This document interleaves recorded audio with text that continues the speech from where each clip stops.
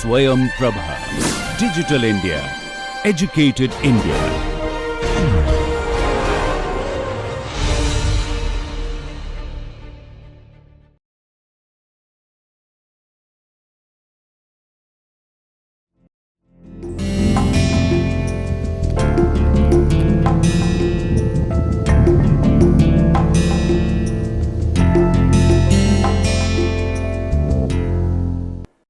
Welcome to the session on land laws. Today I am going to talk about personal laws governing land rights.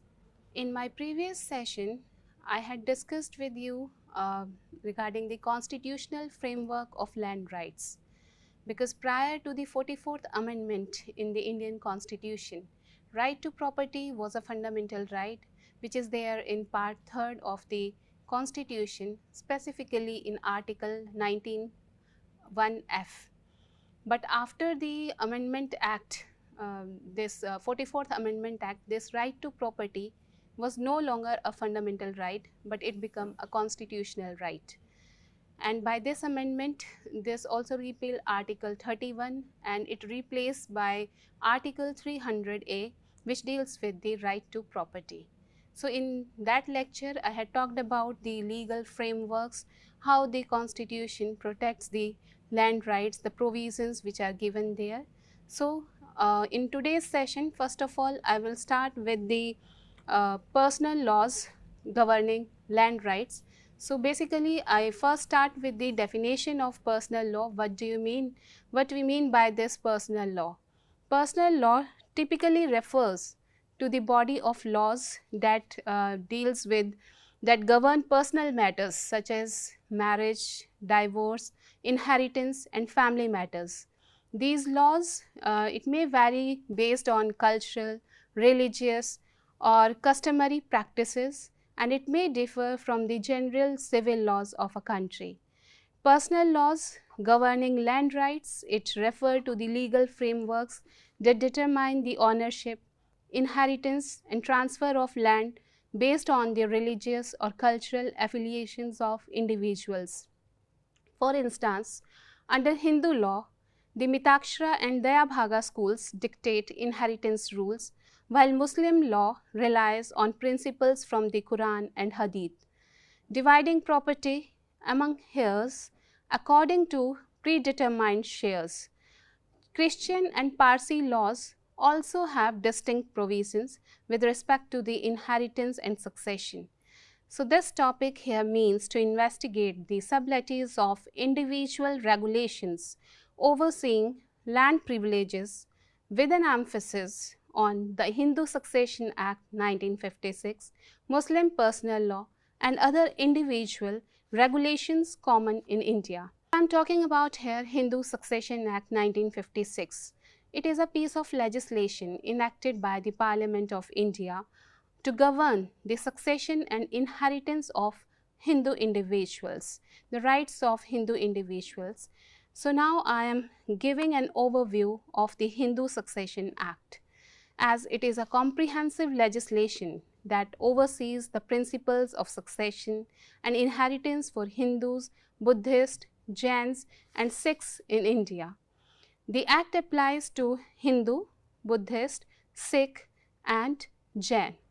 So basically this Act applies to all persons who is born Hindu, Buddhist, Sikh and Jains, but who is not a Muslim, Christian, Jew or Parsis by religion.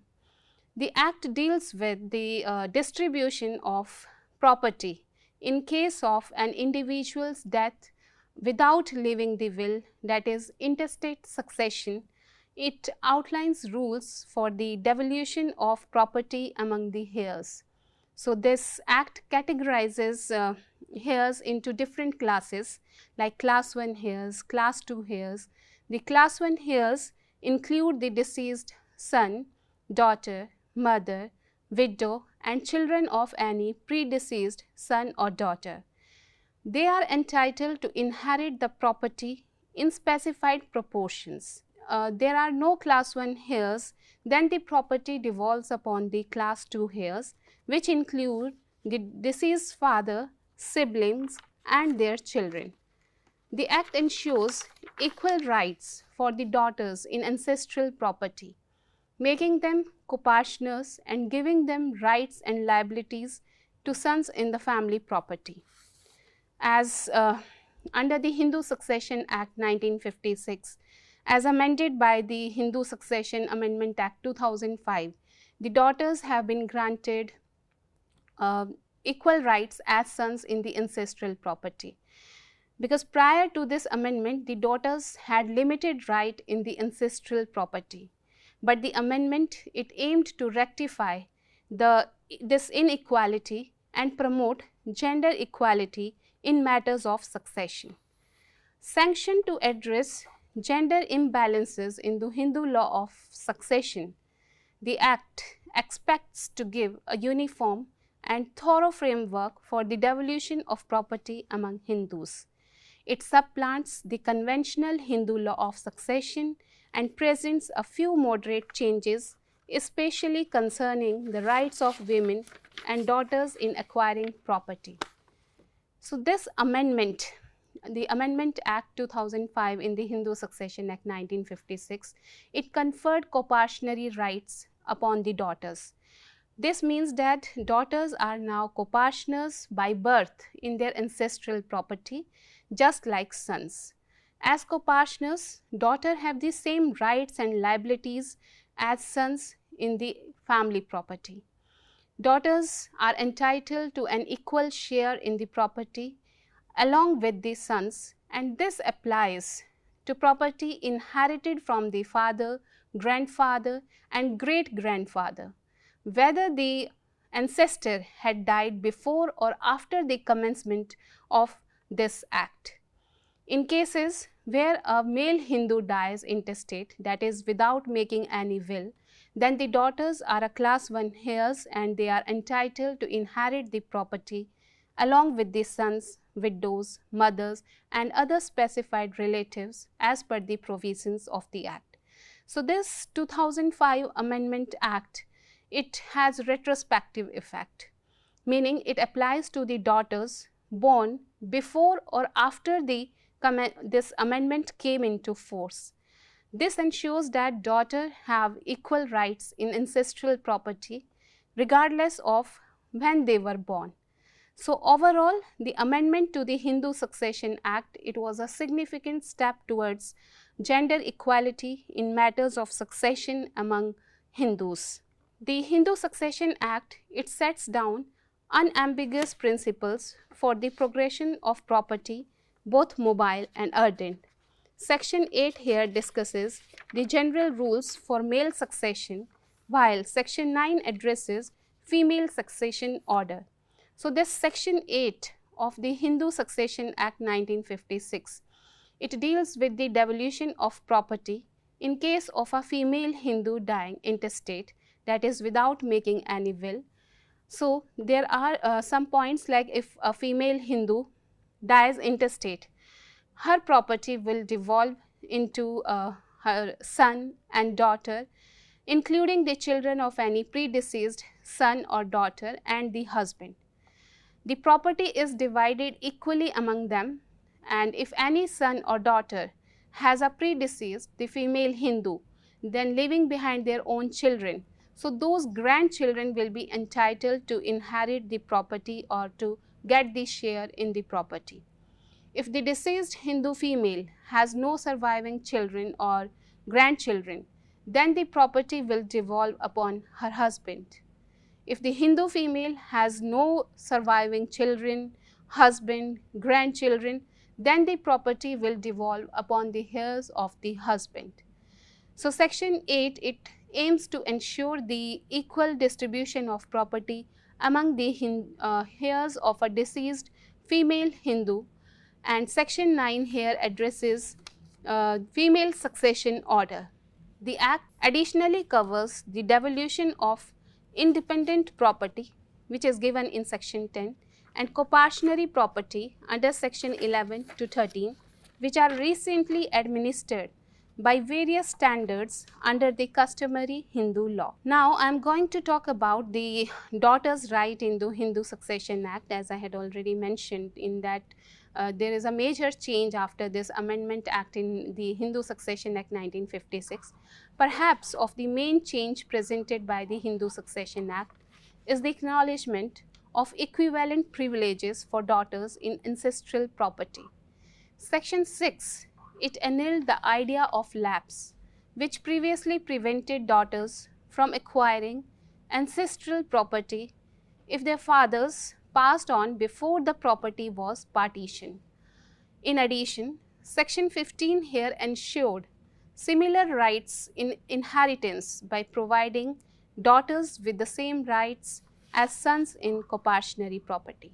So, after this amendment, the daughters have the same rights and liabilities as sons in the ancestral property. Now, I will talk about the Muslim personal law with respect to this inheritance and succession. Muslim personal laws, otherwise called Sharia or Islamic law, it is a set of strict principles taken from the Quran, Hadith, the expression of Prophet Muhammad and Islamic jurisprudence. Islamic law, this inheritance is governed by a set of rules outlined in the Quran and Hadith, the sayings and actions of the Prophet Muhammad. These rules are based on the principle of distributing the deceased estate among the heirs in a fair and equitable manner. The laws of inheritance in Islam are known as Faryad or Islamic law of inheritance. There are some main features of the Islamic law of inheritance, because here the Quran specifies fixed shares for various heirs which determine the proportion of the estate each heir is entitled to receive. These shares are based on the degree of kinship and the near relationship of the heirs to the deceased. It oversees different parts of Muslim life, including succession, inheritance, and land rights. The primary heirs in Islamic inheritance law are the close relatives of the deceased, such as the spouses, children, parents, and siblings. Each category of heirs is entitled to the predetermined share of the estate. So, after the payment of any outstanding debt and funeral expenses, the estate is distributed among these heirs according to the prescribed shares. The distribution must follow the specific order and proportion as specified in Islamic law. The sources of Muslim personal law are fundamentally the Quran, Hadiths, and the translation of Islamic researchers and legal scholars. So, in general, if the sons are entitled to receive a share that is double the share of the daughters. However, daughters are also entitled to inherit from their father's estate, and if there are no sons, daughters may inherit specific shares according to Islamic law. The surviving spouse, husband or either wife, is entitled to inherit a share of the deceased estate, it depending upon whether there are other heirs and the presence of children or parents.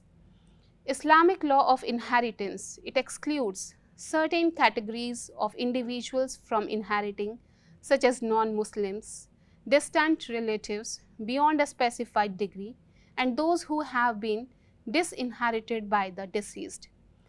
So, it is important to note here that there may be a variation in the application of Islamic inheritance laws across different Muslim majority countries and schools of Islamic jurisprudence.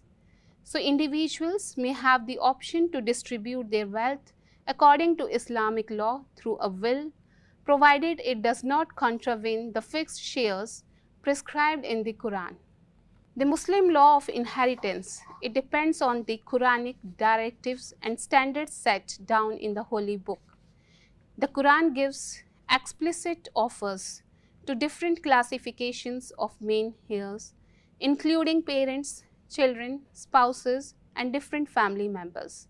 These Quranic verses govern inheritance distribution, laying out specific guidelines for the division of shares and the residuary distribution of property. The categories of heirs under Muslim law is mentioned there in the Quranic heirs, like sharers, residuaries and distant kindred are the three main categories of heirs under Muslim personal law. As we have in our Hindu personal law class 1 heir and class 2 heir, so here the shares, the residuaries, sharers and distant kindred are the three main categories of heirs under Muslim personal law. Sharers are the people who are qualified for a particular portion of the legacy as endorsed by the Quran. After the Quranic shares have been distributed, the remaining portion is distributed to residuaries. Distant kindred are the people who acquire without a trace of sharers and residuaries. Now I will talk about the other personal laws which governs this succession and inheritance in their community. So, notwithstanding Hindu and Muslim personal laws, India perceives and applies personal laws for other religious communities like Christians, Parsis and Jews. For their respective communities, these personal laws govern various aspects of personal life, including succession and inheritance. The acknowledgement of these individual regulations mirror India's obligation to regarding the strict and social variety of its citizens. So, as vary from the Hindu law, we have personal law, Muslim personal laws, but for other Christian, Jews, Parsis, we have these personal laws which deals with the which governs the succession and inheritance matter. So, in this line we have next the Christian law of succession. The Christian law of succession is governed by the Indian Succession Act 1925, which administers the law of succession for Christians in India.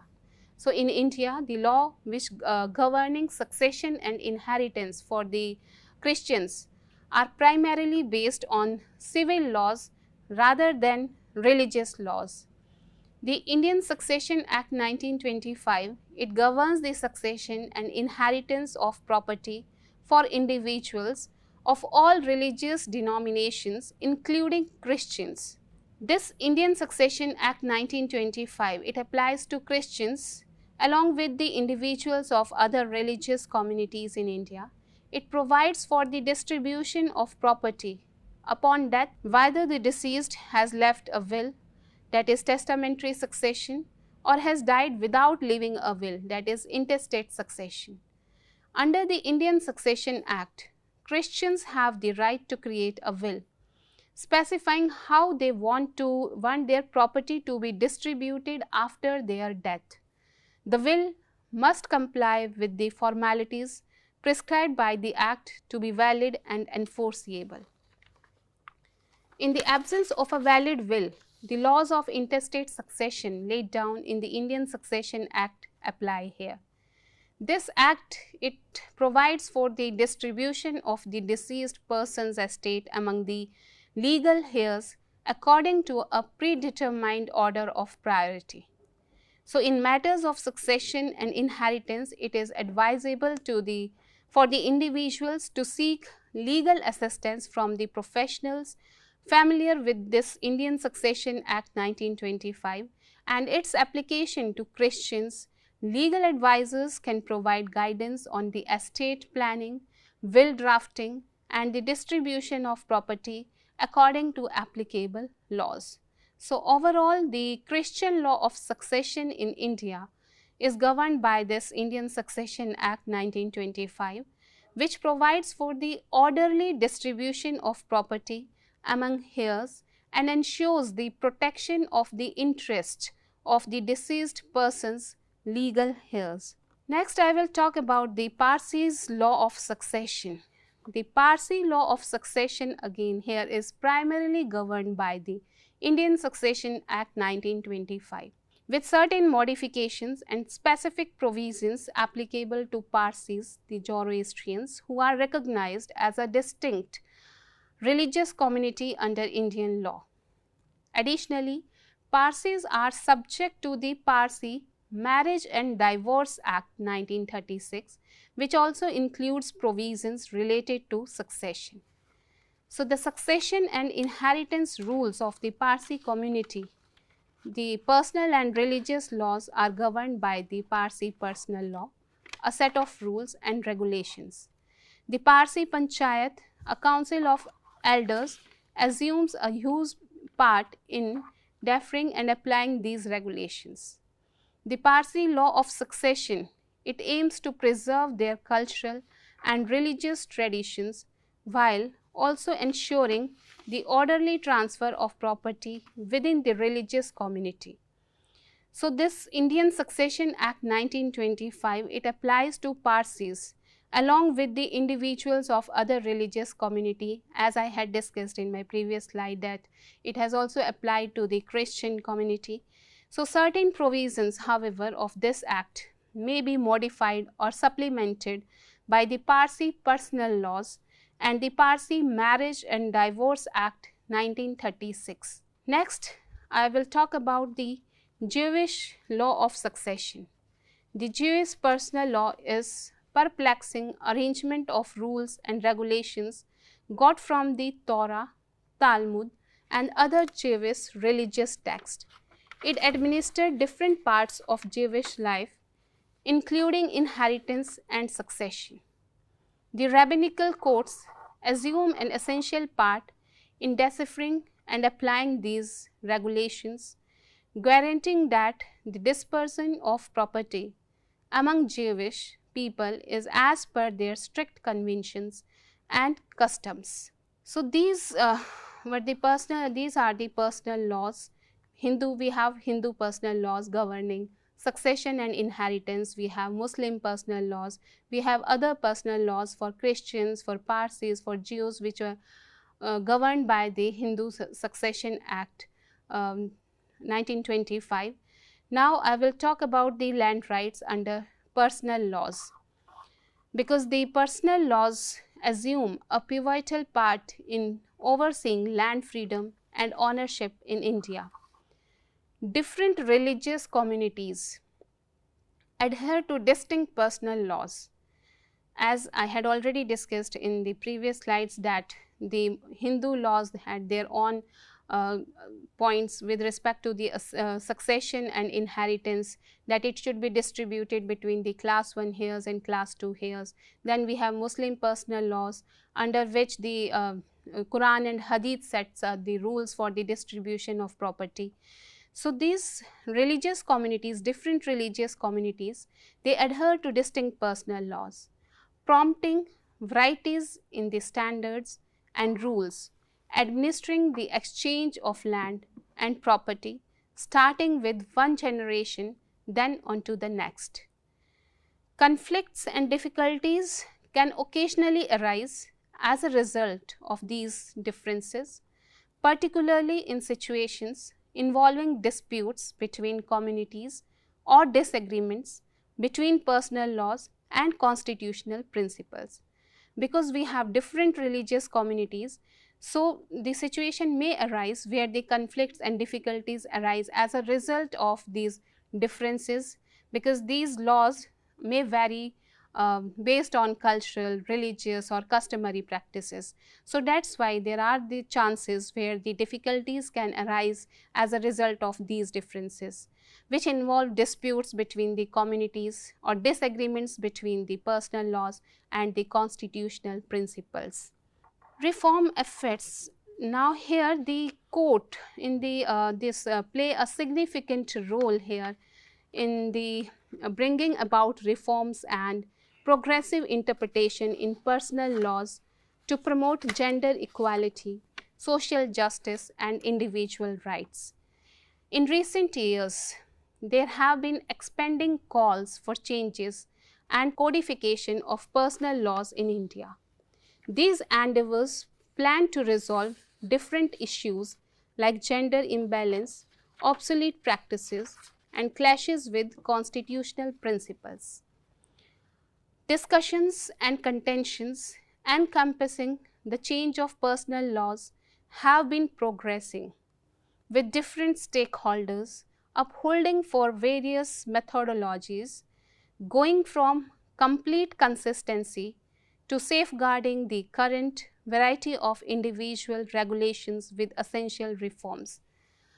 So, the court here played this significant role here for the changes and codification of personal laws in India in the recent years, and these endeavors of the court by introducing the reform efforts to resolve different issues like, as I have mentioned here, gender imbalance, obsolete practices and clashes with constitutional principles. Next, I am going to talk about the constitutional provisions with respect to this succession and inheritance.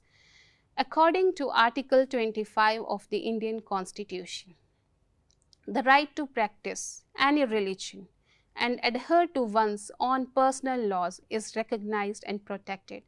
Everyone has a right to practice, right to propagate the religion and adhere to one's own personal laws. So, notwithstanding, Article 44 of the Constitution likewise accommodates the sanctioning of a uniform civil code, which expects to lay out a typical arrangement of regulations overseeing individual matters for all citizens, regardless of their religion or community. Offsetting these established arrangements with the current individual regulations has been a subject of progressing discussion and pondering.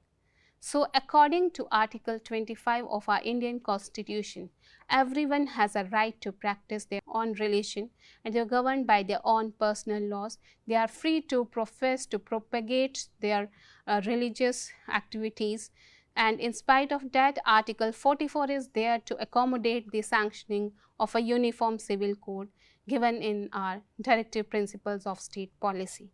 Now, I will talk about the role of judiciary in these personal laws regulating the succession and inheritance.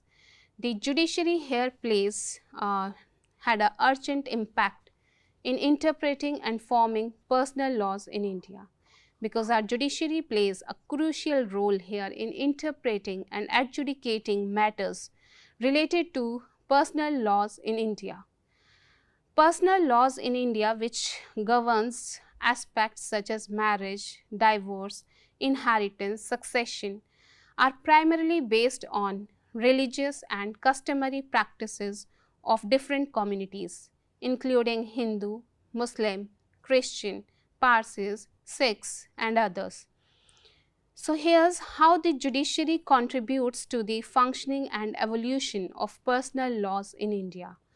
Through milestone decisions, the courts have resolved different issues connected with individual regulations. For example, gender equality, property rights and the interplay between personal laws and constitutional principles. These judicial interpretations fundamentally affect the application and advancement of personal laws, especially corresponding to land rights and ownership. So, the courts play here a significant role here in interpreting and forming the personal laws in India. It interprets personal laws and applies them to specific cases brought before the courts, and the judge analyze the legal provisions given in the personal laws as well as in our constitution, religious texts, customary practices and the precedents to determine the rights and obligations of the parties involved in personal law disputes. So, these judicial interpretations, it fundamentally affect the application and advancement of personal laws, because it ensures that the personal laws are consistent with the fundamental rights guaranteed by our Indian Constitution, such as the right to equality, freedom of religion and non-discrimination. So, courts may strike down the provisions of personal laws that are found to be unconstitutional or violative of these fundamental rights. So, the judiciary here has advocated for the implementation of the Uniform Civil Code as there in Article 44 of the Constitution, which would replace personal laws with a common set of laws applicable to all citizens regardless of their religion or community. While the Uniform Civil Code remains a directive principle of state policy in the Indian Constitution, courts have often urged the government to move towards its implementation to promote national integration and gender justice. Now, here the judiciary in India plays this critical role by interpreting, reforming and adjudicating matters related to the personal laws with a focus on upholding constitutional values, promoting justice and ensuring equality before the law for all citizens. So, in this line we have the first case in this which is the name of the case here is Prakash versus Phulavati, in which the daughters they have given the freedom under the Hindu Succession Act. So, here the case of this Prakash versus Phulavati, it is a landmark legal case in India that deals with the interpretation of Hindu Succession Act 1956, particularly regarding the rights of daughters in ancestral property. Because the case here involved the interpretation of Section 6 of the Hindu Succession Act 1956, which was amended in 2005 to grant daughters equal rights in the ancestral property. So, the question before the court was whether the amendment would have retrospective effect, that is, whether the daughters would be entitled to inherit the ancestral property even if the father died prior to the amendment. So, the Supreme Court's here milestone judgment on account of this Prakash versus Phulavati significantly affected the freedoms of daughters under the Hindu Succession Act. The plaintiffs' daughters of the deceased here filed a petition in this case seeking their share in the ancestral property of their father, who had died prior to the amendment of the Hindu Succession Act in 2005.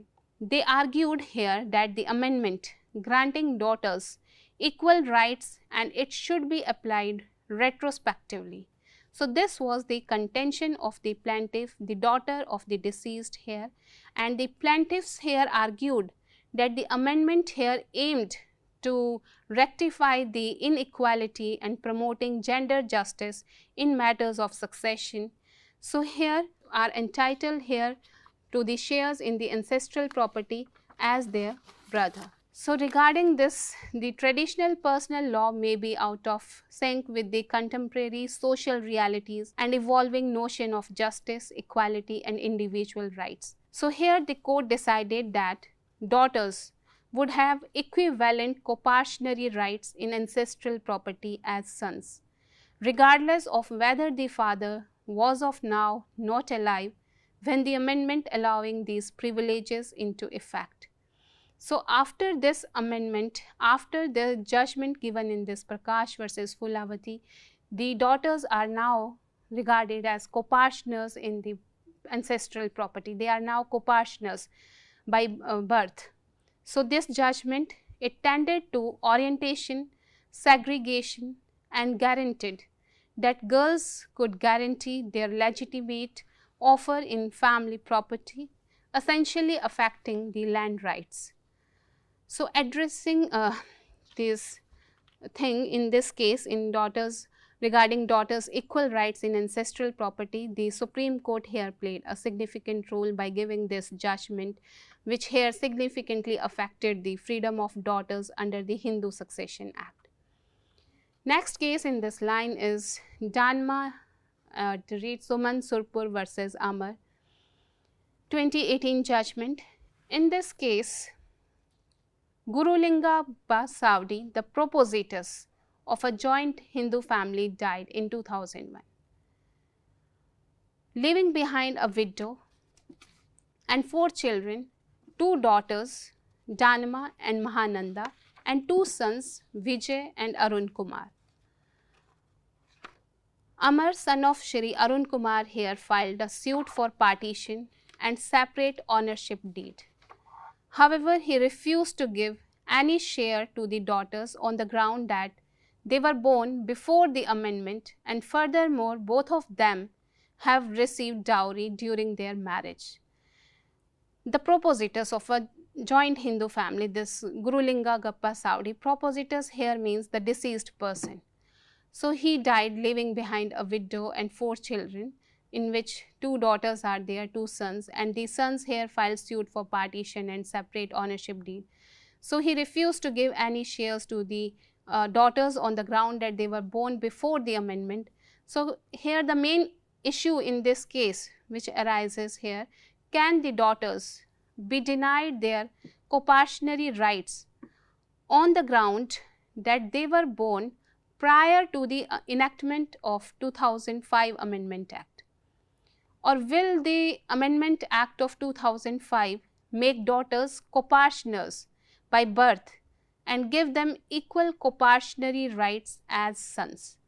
So, in this case, the Supreme Court stated that the Amendment Act of 2005 will apply to all daughters, whether born before or after the commencement of the Act, provided that they are alive on the day the modified Act of 2005 was enacted. The literal interpretation was applied, stating that both father and daughter should be alive on the day of enactment of Amendment Act 2005. With respect to the second issue, literal interpretation was applied, and it was held females have equal rights in the coparcenary property from birth, same as sons.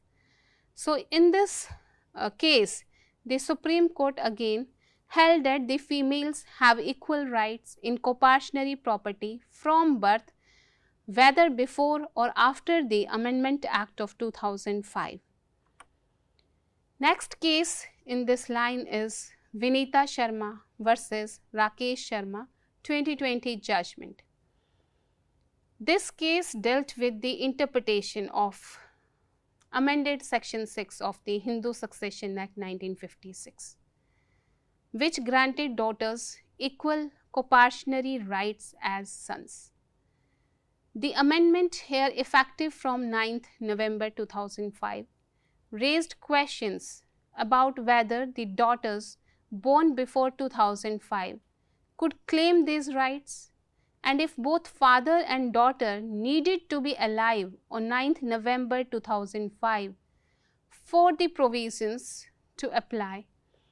So, regarding this thing, regarding these questions here about whether the daughters born before 2005 they can claim their rights, and if both the father and daughter needed to be alive on that day, whether the father copartner needs to be alive when the amendment was there, when it came into force, whether a daughter born before the date could claim equal rights here, whether the statutory fiction of partition created by the proviso to section 6 of the Hindu Succession Act 1956 actually resulted in partition or disruption of coparcenary, whether a plea of oral partition after 20th December 2004 be accepted as a statutorily recognized mode of partition. So, in this case, Supreme Court held that a copartner father need to be alive as of September 9, 2005 for a daughter to inherit rights over the coparcenary property as per the amended section 6. The Honorable Supreme Court decided that the amendment section 6 is retroactive in nature when deciding whether it should be applied in a retrospective or prospective manner. The court made it clear that although the daughters were born with the right to their coparcenary property, they only made claims to the property after the amendment was passed on September 9, 2005. The amendment has become retroactive as a result of the Supreme Court's interpretation of section 6 of the Hindu Succession Amendment Act 2005, the court stated that the clause in section 6, subsection 4 makes it obvious that the provisions of section 6 are not retrospective. So, the father need not be alive as of September 9, 2005 for a daughter to inherit rights over the co-partitionary property. In this line, the next case is Mary Roy versus State of Kerala. The landmark case Mary Roy versus State of Kerala here tested the biased arrangements of the Travancore Christian Succession Act 1916, which denied equivalent property rights to Syrian Christian women. So, this case, Mary Roy versus State of Kerala, is a landmark legal case in India that brought about significant reforms in the laws governing inheritance and property rights of women, particularly among the Syrian Christian community in Kerala. Mary Roy here, a Syrian Christian woman from Kerala, challenged the discriminatory practices prevalent in her community regarding inheritance and property rights. Under the traditional law of inheritance among Syrian Christians in Kerala, daughters were not entitled to inherit ancestral property.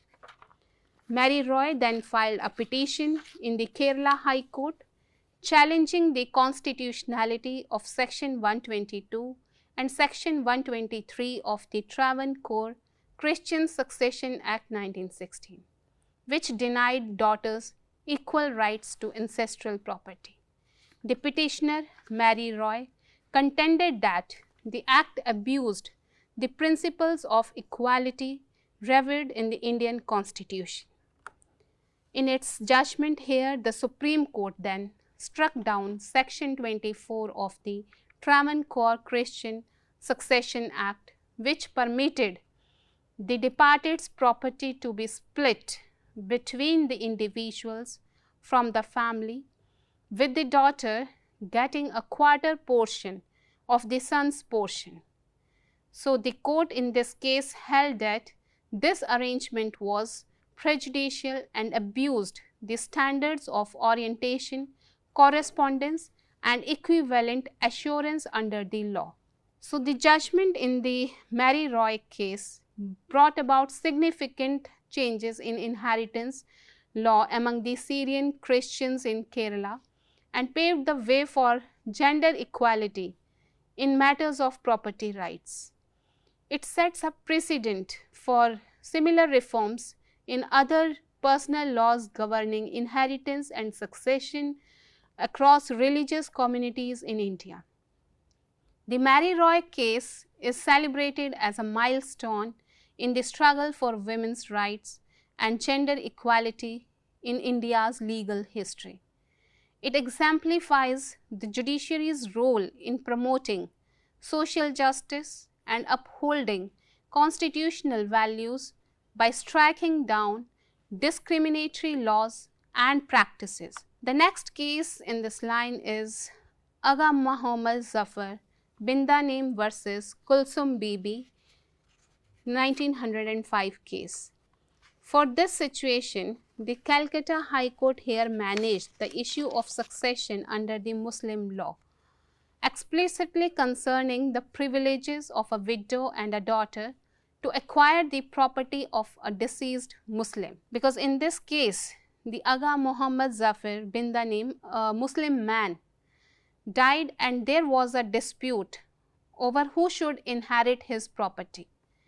The plaintiff Kulsum Bey here was the widow of the deceased and she guaranteed an offer in the inheritance alongside her daughter. Then the Calcutta High Court here inspected the rules of the Muslim law of succession and held that the widow Kulsum Bibi was qualified for an offer in the inheritance of her departed spouse property. The court here alluded to the pertinent verses of the Quran, Surah An-Nisa section 11 and 12 based on this, and the critics of Islamic researchers to decide the portions of the widow and daughter in the inheritance. So they inspected the rules and then held that the widow was qualified for an offer in the inheritance and of the deceased spouse property. So according to the Muslim law of succession, if there is a child, the widow is entitled to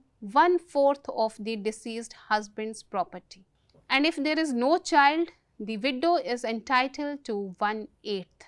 So the little girl here likewise qualified for an offer in the inheritance alongside some other lawful beneficiaries. The court's judgment in this case explained the use of the Muslim law of progression and the particular portions of the widow and girl in the legacy of the departed's property. Now I will talk about the challenges and conflicts faced here with respect to the succession and inheritance in the personal laws, because while the personal laws here mean to regard the religious and cultural diversity of India, they can some of the time lead to clashes and difficulties. There might be cases where personal laws conflict with constitutional principles like gender equality or the assurance of basic rights, because personal laws in India which govern matters such as marriage, divorce, inheritance and the family matters, succession are deeply rooted in religious and customary practices of various communities. So while these laws provide for the regulation of personal matters according to the beliefs and traditions of the different religious groups, they also give rise to these challenges and conflicts here.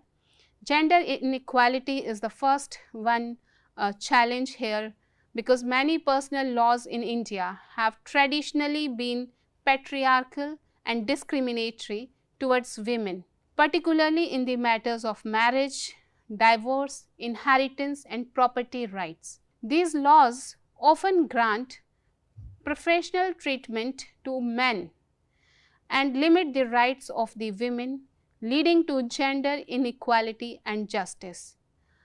So India follows a system of plural legal frameworks earlier, where different religious communities have their own personal laws.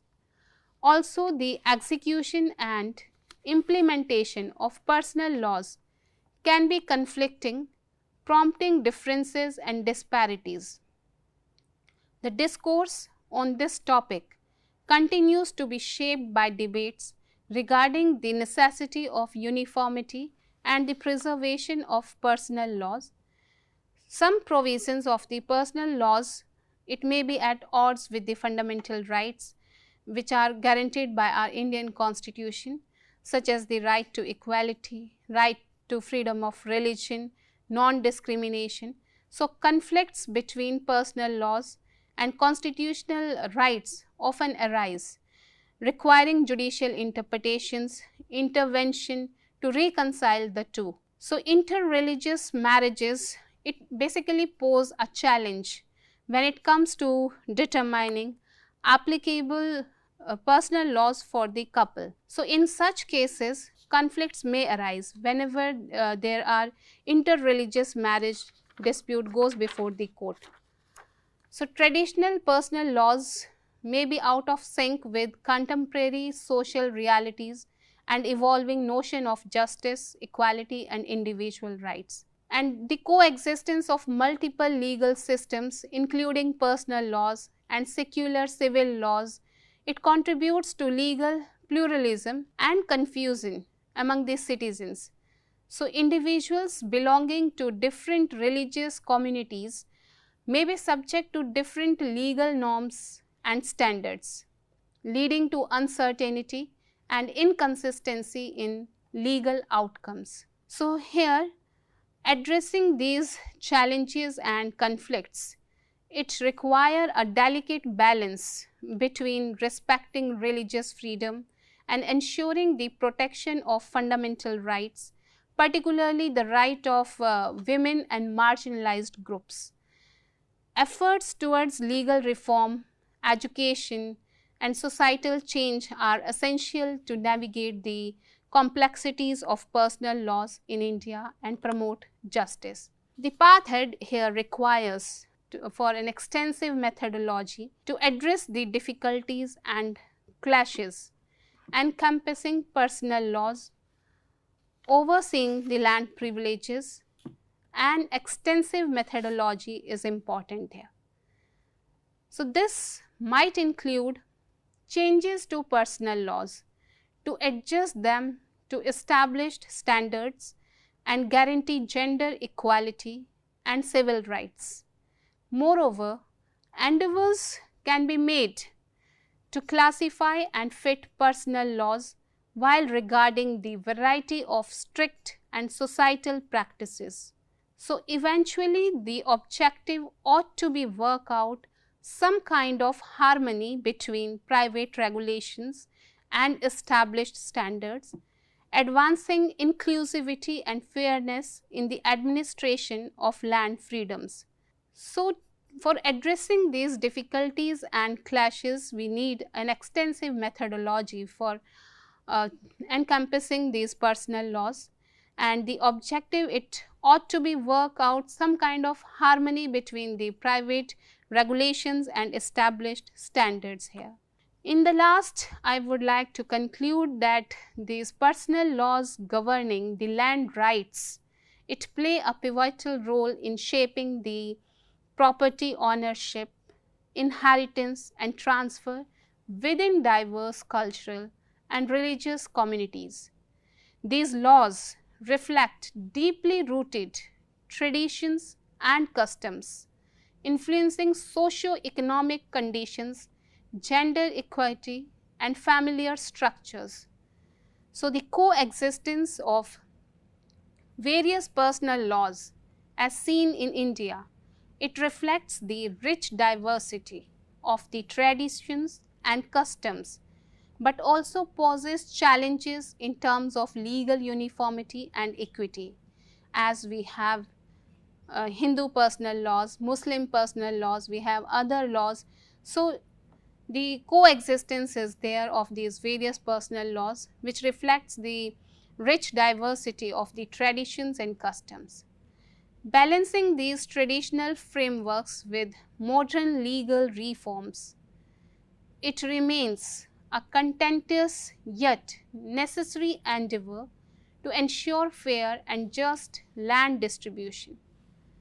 Understanding and addressing the complexities of personal laws here is essential for fostering a more equitable society that respects both individual rights and community norms. The Hindu Succession Act, the Muslim Personal Law and other personal laws have gone through huge changes.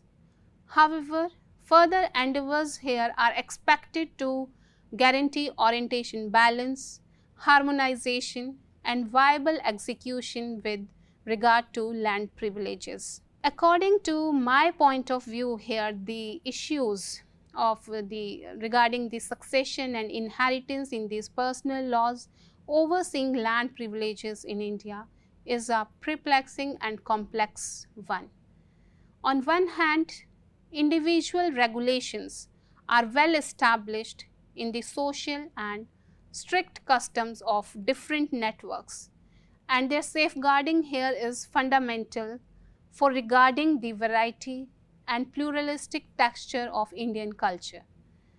These regulations hold monstrous importance for the networks they oversee, and their total cancellation or supplanting with a uniform common code should have been visible as a disintegration of their social personality and independence. Nonetheless, it is likewise pivotal to recognize that a few parts of individual regulations, especially those who are connected with the legacy and the progression, it may struggle with the sacred standards of orientation fairness, civil rights and principal privileges.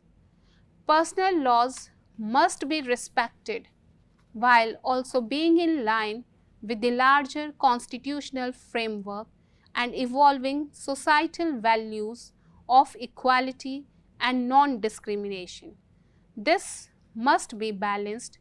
So, after this session, now you will be able to understand the personal laws, various personal laws, about the Hindu Succession Act, which governs the succession and inheritance rights of Hindu individuals, how they differ from each other laws, because these laws often vary based on the customary practices, their religion, their cultural practices. So, it may differ from the general civil laws of a country. That's why it may pose challenges and conflicts, because it differ from in various aspects, because we have Hindu Succession Act, which applies to all Hindus, Buddhist, Sikh and Jain, but who is not a Muslim, Christian, Jew and Parsis. For them, we have the Indian Succession Act 1925, which governs the Christian, Jewish religion, the Parsis, and we have Muslim personal law, which governs the succession and inheritance. We have Islamic law, which based on the Qurans and Hadiths, the sayings and actions of the Prophet Muhammad. So, these personal laws basically deals with the land rights as given here in the provisions specifically mentioned here, the rights given, equal shares given to the daughters as son, they are entitled to inherit the property, ancestral property as sons by birth after the Amendment Act 2005 in the Hindu Succession Act 1956. Thank you.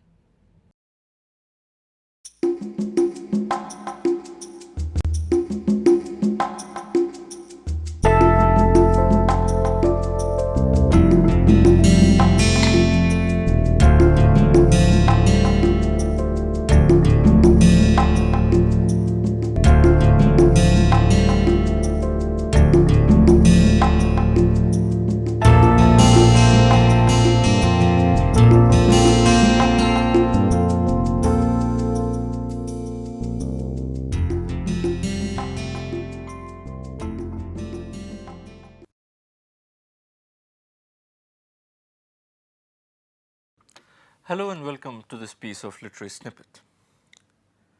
We usually know William Shakespeare as the most revered figure in the history of English literature. But we often tend to forget that he has also been one of the most hated figures in literature. And here I am not talking only about those boys and girls who have to memorize long sections from Macbeth or King Lear or Julius Caesar before they can go and sit for their school or college exams. But I am also talking about people who are themselves quite famous authors. Tolstoy, for instance, considered the writings of Shakespeare to be, and I quote, crude, immoral, vulgar and senseless. George Bernard Shaw absolutely loathed Shakespeare, as he did Homer. But perhaps no other criticism about Shakespeare is more damaging than the one which says that Shakespeare is a marvelous storyteller, provided someone has told him the story earlier. Now, this piece of criticism is particularly damaging because it is true. None of Shakespeare's plays contain any original story whatsoever. They are all written using pre-existing materials, pre-existing stories. Now, does that diminish the stature of Shakespeare as a dramatist? Well, I'll leave that for you to decide. See you in the next episode of Literary Snippets.